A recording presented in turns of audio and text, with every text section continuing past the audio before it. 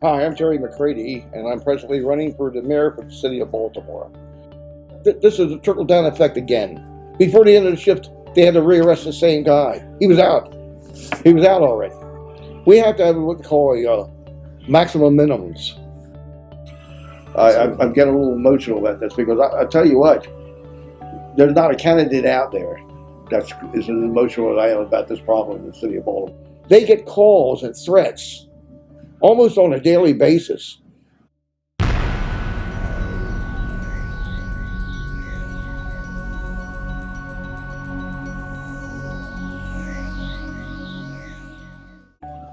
Amenity is a key.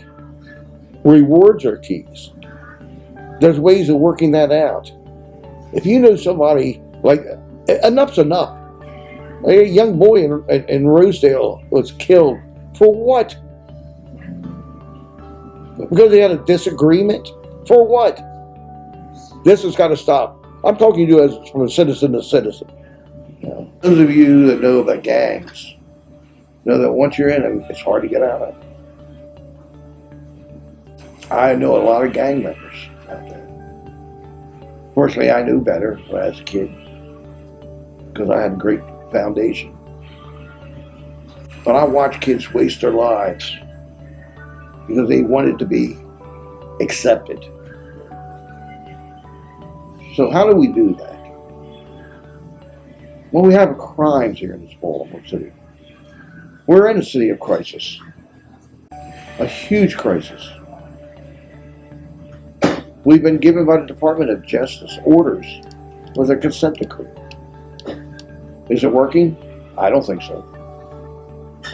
I've read the consent decree. Consent decree is what they're supposed to be doing anyway. And if they're not doing it, then the consent decree is not going to do anything.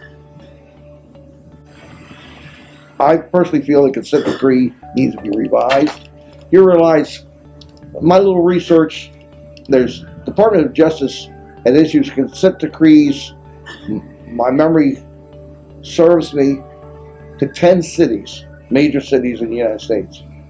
One of the 10 is actually improving. One of the 10. So that's got to be looked at again. Anyway, there's other problems in the city of Baltimore we have to face. I've got proposals for, we have so many vacant houses. You got to understand, since 2011 and present, we've lost 10,000 residents of the city of Baltimore. 10,000. Do the math.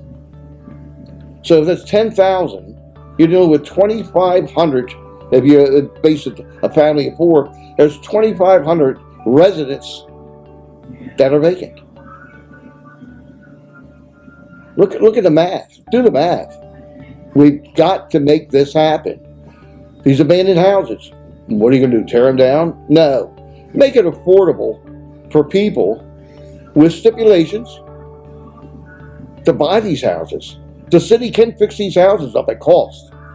And if it costs them $30,000 to fix the house up, they sell the house for $30,000. Let people that's looking for that dream, and if you've got a homeowner, they take care of their homes. They'll rid the crime out of the neighborhood because they're protecting their property. We've got to work together on this, folks. We have to work together on this. Like I said, I'm no politician, but I got my thumb on the heartbeat of the city of Baltimore. And I think you should all take heed of what I'm talking about.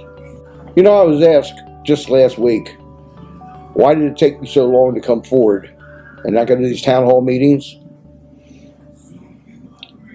Because I did my homework. I studied the systems. I'm not perfect, but neither is the city. And I studied the problems of the city of Baltimore.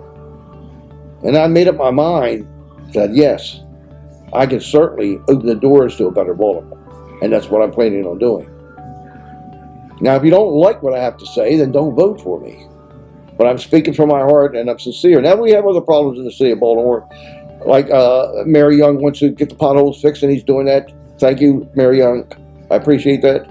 We have the poverty. We're going to address that. We have the housing problem. We're going to address that. Education. I know a lot of teachers that are getting fed up with the education system in Baltimore. They're putting money out of their pockets to make their classrooms work. It's unacceptable, folks. It's unacceptable. There's monies out there. And the state and the government sees we're trying, they're going to give us money. But would you give somebody money when you're stalemated? You're not doing anything? No, I wouldn't.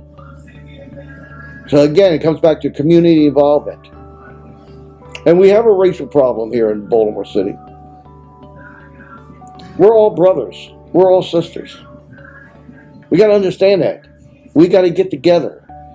Sometimes the media is so negative because good news doesn't sell newspapers. So we have to join together as a family. You know, I used to make an approach as a blind man.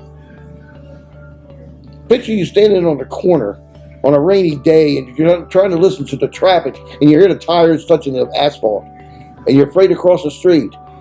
And somebody comes up and says, "Do you need help across the street, sir?" Guess what? I'm very thankful for that help. I didn't ask what their religion was, what their faith, or what their color was, or what their beliefs were. I didn't care. I just was thankful for that help. Let's get back to this mindset. Let's help each other out. All these other things fall into place.